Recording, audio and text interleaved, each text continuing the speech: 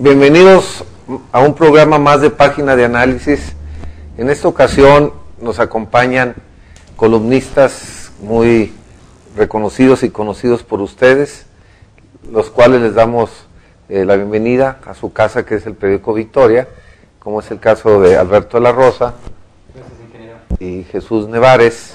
Buenos días, gracias. Bueno, pues ahora no pudimos localizar a Víctor Hernández, porque ahí tiene ahí una discusión pendiente. Y cada vez que venga nos vamos a dar un buen entre. Bueno. Y Mariano Cervantes, que también nos acompaña. Pues hoy veremos un tema que, pues yo creo que a veces como ciudadanos comunes no sabemos qué sigue en un proceso electoral. O sea, oímos que hay impugnaciones, oímos que hay inconformidades, pero bueno, hay términos de acuerdo a la ley y formas de presentar, y bueno, tienen que llevar fondo para que fructifiquen estas solicitudes de anulación también de la elección que están dando. Y como es el caso de la Presidencia de la República, el IFE, bueno, pues reafirmó o confirmó pues el triunfo de Enrique Peña Nieto. Sin embargo, hasta el día de ayer finiquitaba el plazo para que se presentaran inconformidades, y así lo hizo en este caso el PRD, el PT, el Movimiento Progresista, y desde luego tenemos que saber qué es lo que sigue. Se pasa al Tribunal Federal Electoral la decisión final, en donde ya es irrevocable, ¿verdad? La solución, y tiene como plazo hasta el 6 de septiembre. Mientras, pues son prácticamente 2 meses que vamos a vivir en un escenario pues de ataque, de confrontación mediática con y sin fundamento, pero yo dejaré hacia el tema y qué es lo que ustedes piensan que pueda suceder, si son causas de nulidad lo que están presentando, porque, bueno, se requiere para nulificar una elección que exista el 25% de las casillas tengan alguna, ¿qué dirá? Se confirme pues que una violación en cuanto el voto, y pues el 25% de las casillas instaladas en el territorio nacional representan, si no me equivoco, más de 36,000 casillas. Habrá que demostrar que los votos fueron alterados, ¿no? Entonces, ese dejaré yo ahí como introducción lo que yo considero que sigue en este proceso electoral. Y no sé, Chuy, ¿qué piensas de esto? ¿Qué va a pasar? ¿Cómo se ve el escenario estos 2 meses de dime y diretes? ¿Qué es lo que pudiera pasar? Ayer hizo una rueda de prensa López Obrador, acompañado de que fuera su coordinador de prensa, y más que coordinador de prensa, que fuera su coordinador de campaña, y donde da a conocer que acudirán a las instancias electorales para solicitar la anulación del proceso. ¿Qué es el tribunal? ¿El tribunal? No, primero van a acudir al Instituto Federal Electoral, al IFE, porque es la instancia demandada. Es a la instancia que demandan de no haber hecho bien el proceso electoral. Luego el IFE hará una revisión, les contestará y pasará al TRIFE. Yo así lo tengo entendido. No, yo creo que el término son 4 días para que a partir del domingo que se dio ya el conteo final por el IFE, tienen 4 días para inconformarse, pero ante el TRIFE. Y entonces el IFE tiene la obligación de entregarle al TRIFE toda la documentación, todo lo que tiene en su poder de la elección. Sí. Primero se hace la revisión en el IFE, se hace esa revisión y es en donde se aperturan los paquetes, y una vez que ya se agota esta instancia y los partidos y candidatos no quedan conformes, promueven un juicio de inconformidad ante el Tribunal Electoral del Poder Judicial de la Federación, que es en donde se va a resolver. Aquí lo importante, el proceso electoral cada proceso electoral deja lecciones, sobre todo en el tema jurídico, donde deben hacerse cambios. Aquí lo que lo que resalta es que no ha habido un control sobre los gastos de campaña, por más que se quisieron reducir, los candidatos no cumplieron con esos topes, y por más que se quieran usar las argucias de los contadores de las campañas de que son donativos, aún estos entran dentro de los topes de campaña. Así que no creo, ingeniero, que vaya a prosperar una nulidad en el Tribunal Electoral, porque la nulidad se presenta cuando no concurren los principios de toda elección, que es la legalidad, la imparcialidad, la objetividad, la transparencia y la independencia. Entonces, al momento de que si no existen todos estos elementos, da lugar a una nulidad del proceso electoral, y vimos en este 1 de julio que únicamente lo que están criticando los partidos que no se vieron beneficiados es en cuanto al derroche, a la supuesta compra de votos, pero esta no está todavía del todo regulada. O sea, los delitos electorales en México todavía son, las penas son muy exiguas, muy benevolentes, con sanciones o penas optativas, conmutativas y optativas, de que si no es prisión son multas. Entonces yo pienso que debe de endurecerse el tema de los delitos electorales, así como las sanciones a partidos y candidatos por el sobrepase de gastos de campaña. ¿Por qué las sanciones que únicamente contempla la legislación electoral son multas a las prerrogativas de los partidos, más no la cancelación de la candidatura? O sea, debe haber más restricciones, pero de ahí en más será puro show mediático. Sí, acaban de multar al PAN con más de $1 millón porque sacó unos spots contra Peña Nieto. Y bueno, aquí nos coloca ante un escenario de que no se ha profundizado en las reformas políticas, en las reformas electorales, y que el legislativo debe tener mucho más profundidad en esta reforma electoral, es porque lo que dejan es una sensación de que no se hicieron bien las cosas, pero tampoco se pueden recomponer ni se pueden cambiar. A mí me llama la atención cómo incomoda que a López Obrador acuda a las instancias a solicitar la anulación de las elecciones cuando se está operando conforme a derecho, y me parece que no debe de tener ningún tipo de reacciones de condena, de ataque, porque finalmente, bueno, pues está todo su derecho, ¿no?, de acudir a las instancias. Claro. ¿Para qué son las instancias legales? Claro. Para acudir a ellas, y bueno, ellos están presentando un cúmulo así de 25 cajas de pruebas de deficiencias del proceso que supuestamente están violentando todo el artículo 41 constitucional, pero bueno, que sea el tribunal el que decida. Y el problema aquí, bueno, es que yo soy escéptico totalmente que el tribunal electoral le vaya a dar respuesta en los términos que quiere, ¿no? Yo soy totalmente escéptico. El país no está...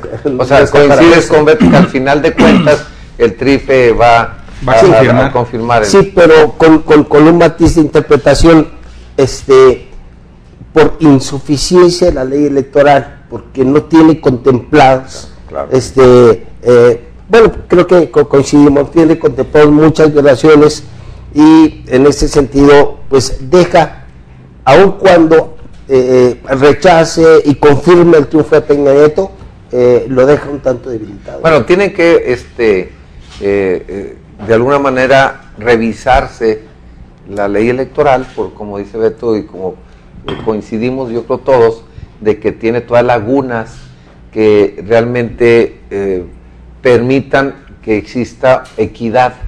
Y a pesar de que el IFE, a raíz de la reforma del 2007, se le dio mucha autoridad y discrecionalidad, pienso que hubo simulación por parte de la autoridad electoral en el sentido de la unidad de fiscalización, donde un mes antes de terminar las campañas se les pide a los candidatos un informe previo de gastos de campaña y ahora volver a revisar otra vez. Siento que no hubo ese ejercicio total de fiscalización de un organismo especializado dentro del instituto de revisar los topes y gastos de campaña de partidos que todos los violaron de alguna manera. Claro, no todos, sí. Pero más bueno, yo no meto la fuerza por ningún partido ni por ningún otra situación que también escapó al IFE y fue ordenado por la Sala Superior del Tribunal, donde el acceso a medios de comunicación, sobre todo a medios masivos, a medios electrónicos y tele y radio, tienen la prohibición de contratar spot, pero sí contrataron entrevistas inducidas en espacios informativos. Volvemos a lo mismo. El problema es que allí sigue hay lagunas, ¿no? Ahora, el 2007 fue aprobada la reforma por unanimidad de todos los partidos políticos.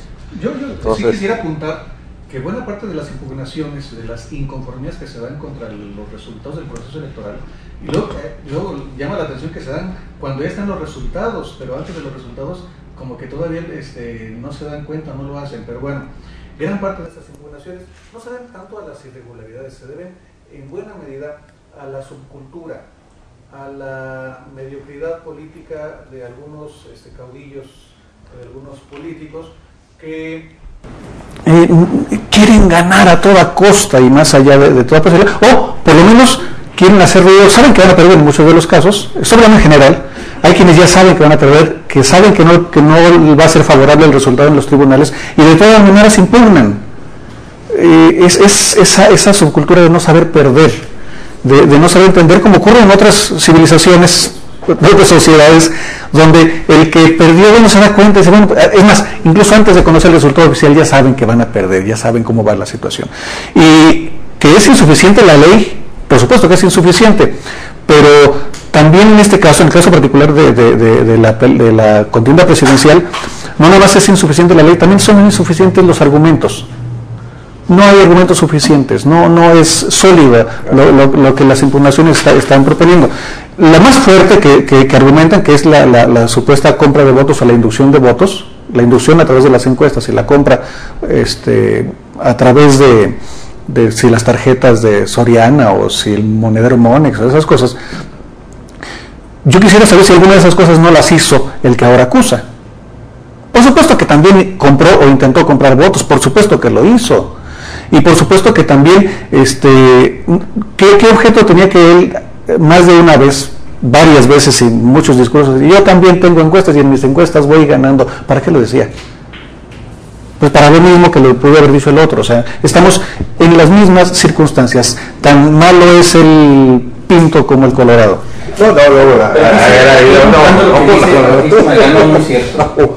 Además de la subcultura de partidos y candidatos, es la subcultura del electorado. Sí. O sea, lamentablemente vemos que ya se hizo ese clientelismo electoral, que ya se volvió un oficio en donde los pobres quieren seguir permaneciendo pobres para vender caro el voto. A ver, pero yo pues, mientras que llegue uno, si te dan uno tantito, me voy con el ese más. Pero ¿a quién le garantiza que si a alguien le das tú 1,000 pesos, 2,000 y llega otro y le das 2,000, te garantiza que va a votar por ti a la hora de votar? Pues ahora debe de haber, porque invertir grandes cantidades es un supuesto, una situación de generosidad de que, bueno, aprovechando las elecciones vamos a repartir dinero. Claro, está claro, pero no va a votar por ti, porque yo pues igual, yo agarro el dinero, tomo voto. Ahora, a lo mejor podría haber sido antes, ahora hay muchas formas. Utilizaron hasta niños de halcones, supuestamente. ¿Niños de qué? Halcones. Sí. Para que acompañaran a sufragante y fuera testigo de que había votado. Y dicen que no es cierto. Había muchos halcones en las casillas. Pero bueno, 36,000. ¿De que halconearon? No, yo no lo dudo.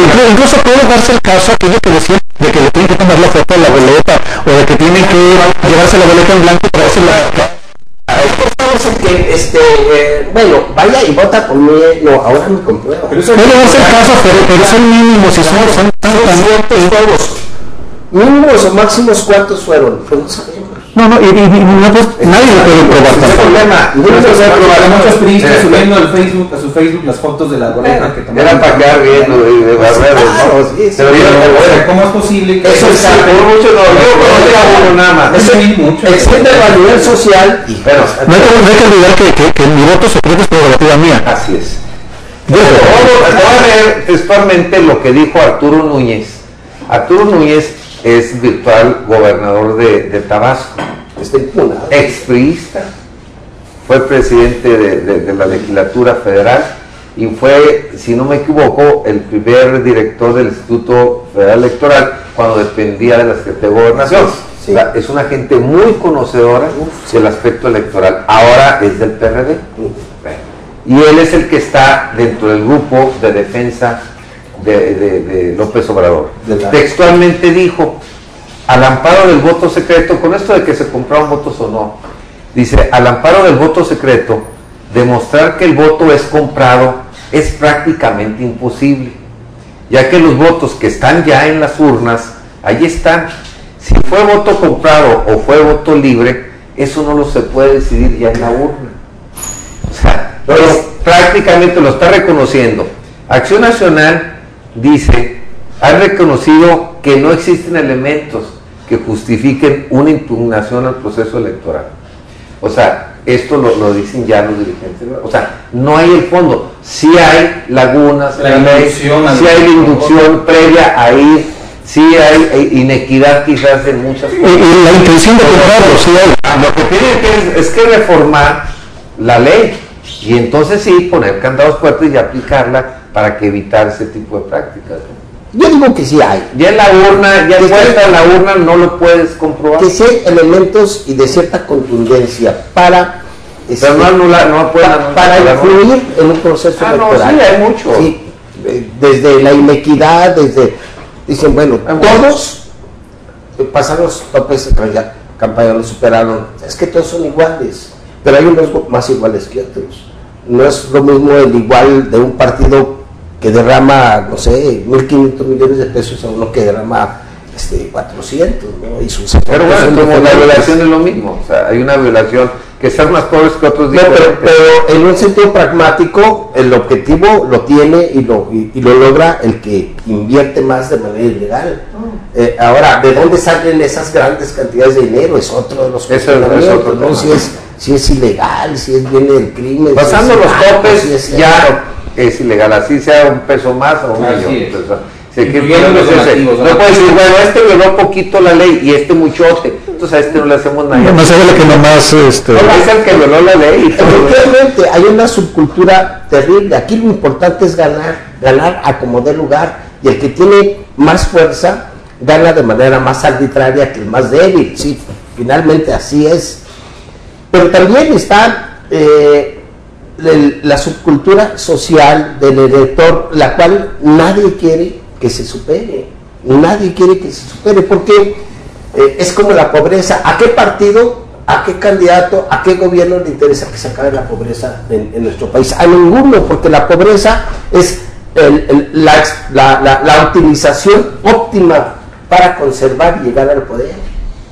Y lo estamos viendo con las despensas. La gente, si hubo uno que vendió su conciencia o que entregó su conciencia por una despensa de 300 pesos, eso es el manipuleo de la pobreza, de la miseria. Y a los políticos y a los gobiernos les interesa terminarla, si es su material con el cual logran los objetivos. Mantener la pobreza. Mantener la pobreza. Y inclusive agudizar la pobreza. Porque no es posible que una persona por una escoba pudiera haber votado por determinado partido político. Por una escoba. Y algunos por un vale de 600 pesos. Que no le garantizan, pero no deja de ser una inducción. No, y un reflejo de esa manipulación de la necesidad del ser humano llevada casi a los extremos. Esa es mi opinión. Y a nadie le interesa tener proyectos en donde realmente haya condiciones mejores de la población. No les conviene eso. Es un gran material de explotación. Así es. Bueno, pero por lo pronto de aquí al 6 de septiembre, que emita su fallo el Tribunal Electoral Federal, pues seguirá, ¿no? De alguna manera mediáticamente las pugnas. Pero yo coincido de que finalmente el TRIFE va a ratificar el triunfo. Yo también, y yo creo por dos cosas. Este país es de los más corruptos del mundo. Digo, no lo digo yo, lo dicen las instancias internacionales, y en donde hay mucha impunidad, y en donde hay muchos vacíos jurídicos constitucionales. Entonces, son tres elementos que van a ratificar a un proceso electoral viciado. Suena como si estuvieras diciendo que la resolución de las autoridades electorales pudiera estar inducida por corrupción. Yo creo que debe darles crédito. Casi lo afirmo. Y te voy a decir por qué lo afirmo. Pues ve las cárceles, compadre. La impartición de la justicia aquí es de un drama terrible, ¿no? Pero yo pienso que hay que pegarnos a la realidad. Hay que ser reales. Aquí la impartición de la justicia está para el que tiene, no para el que no tiene. Suenas como el argumento de López Obrador que dice que todo está mal si pierde. No, pero está bien si hubiera ganado. A mí no me interesa López Obrador, no me interesa que no me interesa que gane. No, es la comparación del argumento. Yo lo que digo es que en este país está muy debilitado el Estado de Derecho, muchísimo, muy debilitado. Y tú eres abogado y bueno. No, yo lo que quiero decir es que habría que darles un voto de confianza a las instituciones electorales. Que se los dé a sus militares. A las instituciones electorales. A mí quién me da otra con base en las normas que los legisladores les están dando, con la herramienta que el legislador les dio, es con lo que están resolviendo. Y hasta ahorita yo no he visto que se hayan salido más allá de la línea. Que podrían hacerlo, no sé. Yo siento que debemos de contribuir con confianza hacia esas instituciones, porque si no nos estamos yendo al otro lado. Pues ¿cómo voy a confiar en un candidato que viene del empresariado más duro que tiene el país, más duro, en donde fue gobernador de un estado? No digo en el candidato, digo en el tribunal, por ejemplo. Por eso, pero la conclusión es de que se va a ratificar. Entonces yo no puedo tener confianza en un candidato, en un futuro presidente, pues, que tiene una serie de problemas. El problema es que cómo no ratificar ese resultado. No ratificarlo sería ilegal y a lo mejor está injusto, porque pareciera que dijeras que todo el mundo está en contra, todo el mundo está. No es cierto. Hay que reconocer, no hay que pasar de lado que hay millones, literalmente millones, más de los 5 millones que dicen que se compraron, más de esos 5 millones hubo que votaron en contra de López Obrador. Y a favor de Peña Nieto. Y viceversa, ¿no? También los hubo, pero no podemos obviar que el tribunal resuelve con base en una legislación que tiene con base en un resultado. Mira, ese es el aspecto que habría que ver. Ya no lo del tribunal, ya no lo de el Peña Nieto o López Obrador. Yo creo que quien va a ser el presidente de la República es Enrique Peña Nieto. Él va a ser el presidente de la República. El problema aquí es la otra vertiente, la social. Claro. La social es toda la expresión también que no tiene mucha cabida, pues, o sea, no está tomado en cuenta. Y eso habría que verlo. De la noche a la mañana no puede cambiar la percepción de los partidos y los políticos, mira, ¿sí?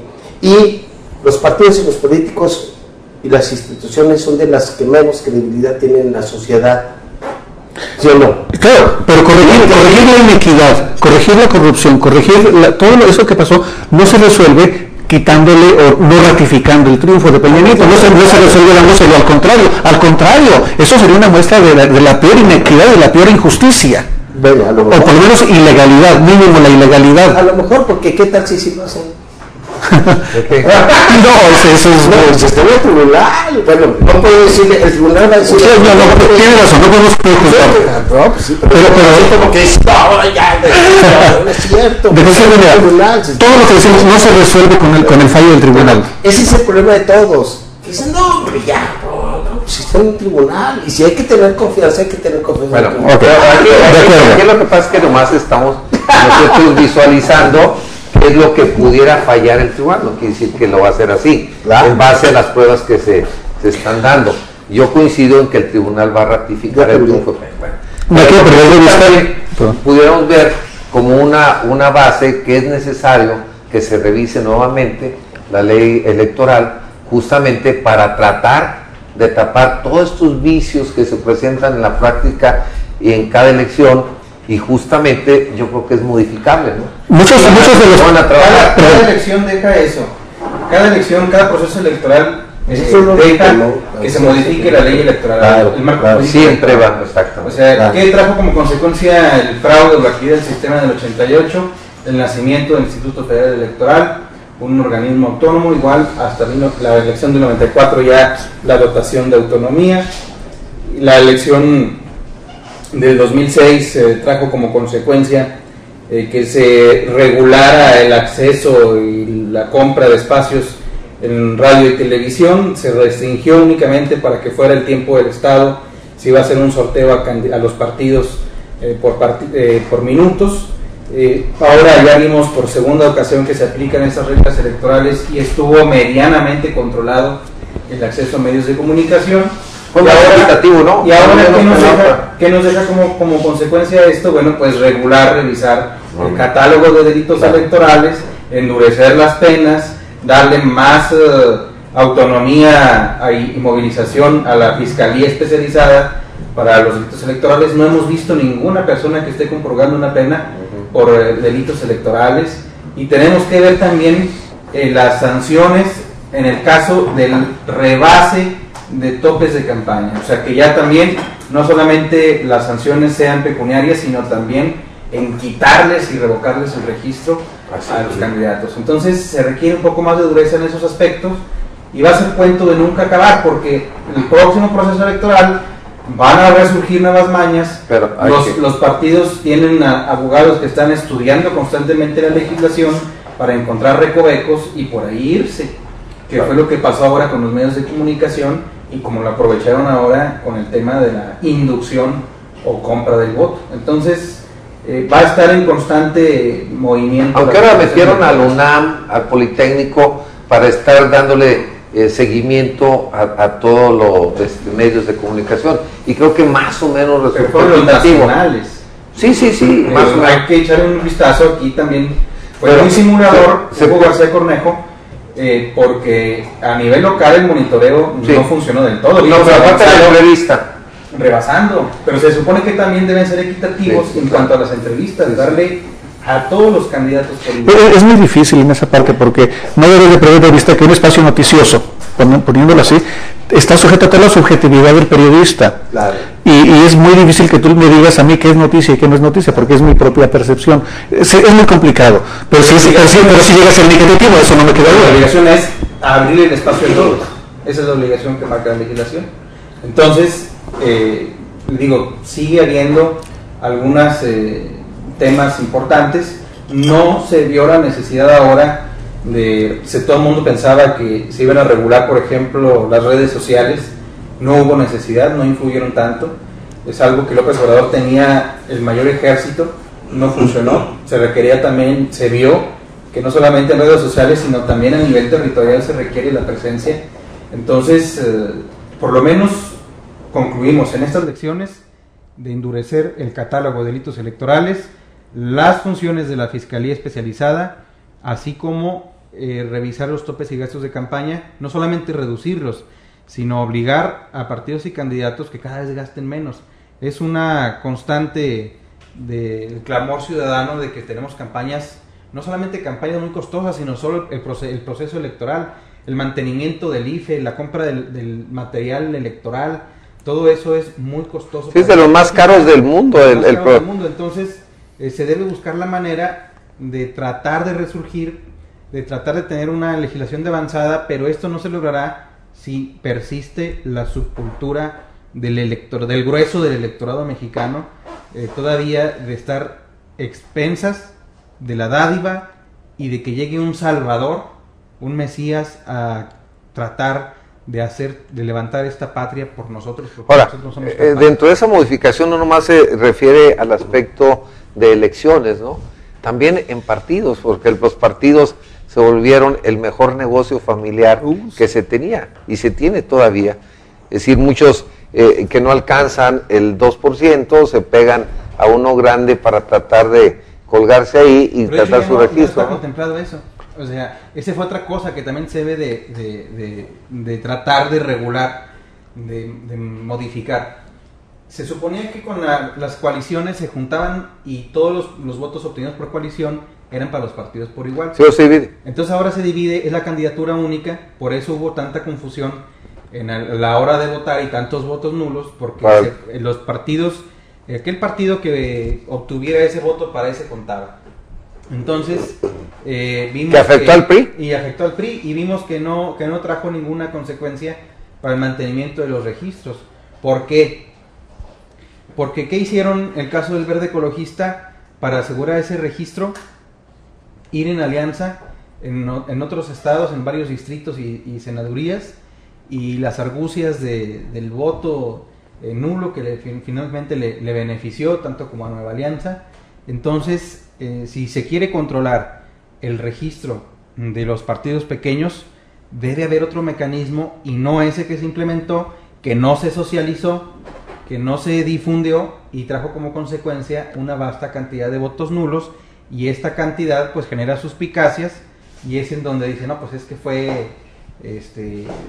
estos votos nulos fueron fabricados por la autoridad electoral y están impugnando la elección. Sí. Entonces sí nos deja lecciones para que se modifiquen los errores.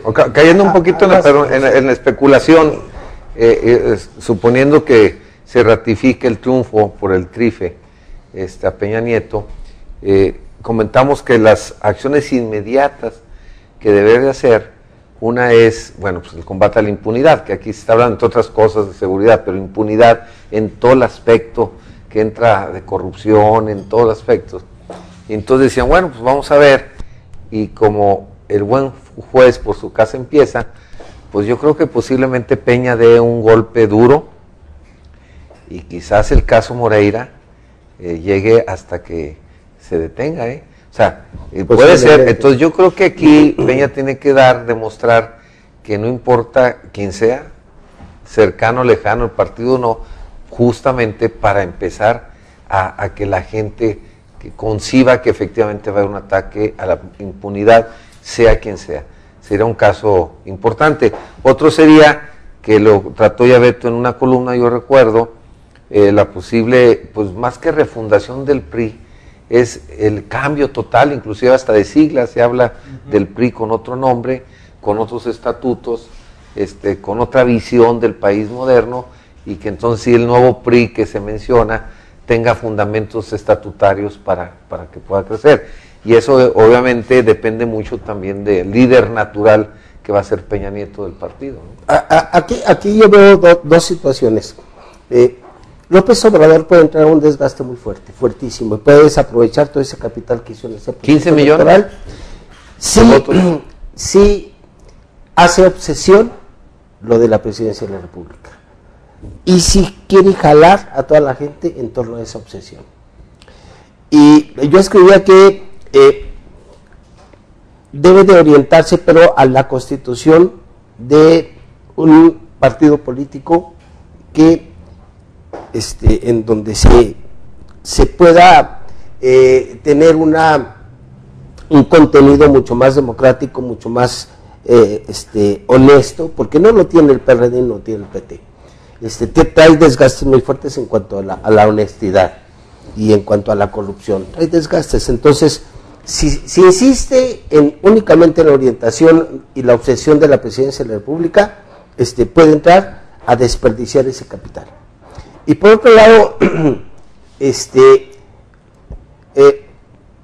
Peña Nieto está cercado por una serie de circunstancias que fue creando en su campaña electoral y en su proceso de posicionamiento de imagen, que le va a hacer de entrada un tanto complicado dar esos virajes, esos golpes que esperemos que los dé, para darle más confiabilidad al proceso democrático de la política y al ejercicio de gobierno. Sale de empresarios muy duros del Estado de México, que se diferencian de los empresarios de Monterrey, tienen un criterio social muy diferente. Sale con compromisos muy fuertes con los medios monopólicos de comunicación, sale con compromiso muy fuerte con los grupos duros del PRI, y eso pues va a ser un gobierno muy interesante. Muy interesante. Ahora, en el aspecto local, ojalá que lo pueda hacer, cambiando un poquito el aspecto local, pues también ya se dieron impugnaciones, ¿no? Anoche todavía entraron el PT y el PRD, el PAN, perdón, PT, impugnaron la elección de senadores. Obviamente sin ninguna posibilidad de ganar, pero fundamentaron dos aspectos. Uno, que el uso del programa de gobierno Gota de Ayuda se usó con fines electorales, es un fundamento.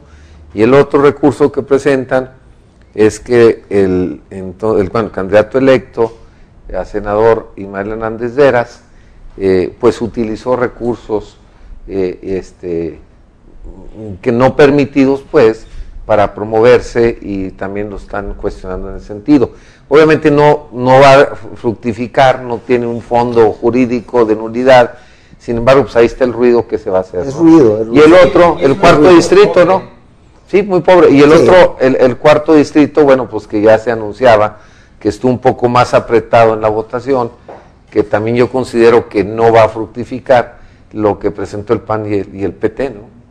No sé qué opinan de lo local en ese sentido. No, miren, lo local a mí me parece argumento pobre lo de la gota de ayuda, y no sé si haya incluido lo de los uniformes escolares gratuitos, pero siempre ha sucedido, ¿no? O sea, los gobiernos se justifican en que no pueden detener sus programas de obra y de asistencia social en tiempos de campañas electorales, pero siempre parece hecho adrede que lo hacen con mayor intensidad, con un objetivo de, además de cumplir con sus labores, de influir en la psicología electoral.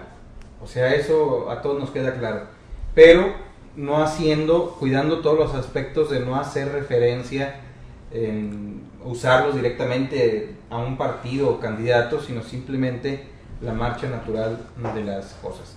Lo de la gota de ayuda les va a repercutir porque se pintó este programa de un tinte de nobleza, de ayuda, entonces les va a perjudicar en cuanto al esquema social. Jurídicamente, pues el afectado en este caso, o el directamente responsable o señalado, que es el gobierno del Estado, pues va a decir que no podía él detenerse ante una contingencia, como era el cambio climático que afectó a miles de familias con la falta de lluvia. Entonces, es un argumento muy endeble. En el tema de los uniformes, pues en la víspera del inicio del ciclo escolar, para que inicien ya el ciclo escolar con sus uniformes, en fin, cuando no es entrega de programas sociales, es la obra pública. O sea, siempre va a buscar este tipo de elementos. Pero no es causa de nulidad. Pero no es causa de nulidad. No, a mí me parece que es parte de la estrategia nacional, ¿no? Es mediática. Pero la estrategia nacional, en donde quiera se hagan impugnaciones y haga movilidad opositora, pero hay otro elemento que pudiera ser también cuestiones de tipo hasta personal, ¿no? O sea, actitudes, comportamientos, formas de estar expresando la derrota o el triunfo que estén ocasionando escenarios de choque, ¿no? Siempre por automático. Pero lo que dice Mariano, quizás nadie puede perder. Estoy seguro que gran parte, yo no diría que todos, pero gran parte de las impugnaciones que se presentan hoy y antes a nivel local y a nivel nacional tienen que ver con la soberbia de los candidatos, y no nada más de los que ganaron, de los que perdieron, sino también de los que ganaron a veces. Entonces, el que perdió necesita de alguna manera, no sé si desquitarse, o por lo menos no facilitarle tanto las cosas al que ganó, o justificarse con los que votaron por él. Yo tengo una tesis. ¿Por qué? Por lo menos en el cuarto distrito. O sea, ¿cómo es posible que se una el PAN con Gonzalo Yáñez para defender el voto si se hubieran unido en la campaña electoral? En la campaña electoral todavía promovían los panistas el voto en contra de Gonzalo, el llamado voto útil, y ahora lo defienden, se suman con él para defenderlo. Es simplemente vigencia mediática, no hay más. Y es vigencia de acción política. No es porque es vigencia. No, a veces la política muchas veces siempre ha sido incoherencia, pues cuando ha habido congruencia entre lo que se dice y lo que se hace.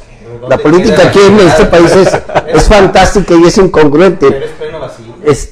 Sí, así es la política. Por un lado los políticos al poder y el vacile pues para nosotros, ¿no? Pero bueno, finalmente como conclusión podemos decir que también la percepción es que no va a fructificar ninguna de las impugnaciones que presentaron en ningún aspecto, ¿no? No, por lo endeble de los argumentos. A mí se me dan absurdas, ¿no? Es que no tiene ninguna consistencia, pues, ninguna solidez. Los funcionarios judiciales que nada más trabajan cada 3 años. Hay una expectación ahí para que los cafeteros... Podemos concluir el programa así rápidamente por el tiempo. 2013, a la vuelta de la esquina. De hecho, ya estamos inmiscuidos ya prácticamente en un nuevo proceso local. Sí. ¿Cuál es su percepción? Aunque ahora trata algo Beto en su columna, habla de Aispuro y de Salum, una pugna interna por la presidencia de alguna manera, sí.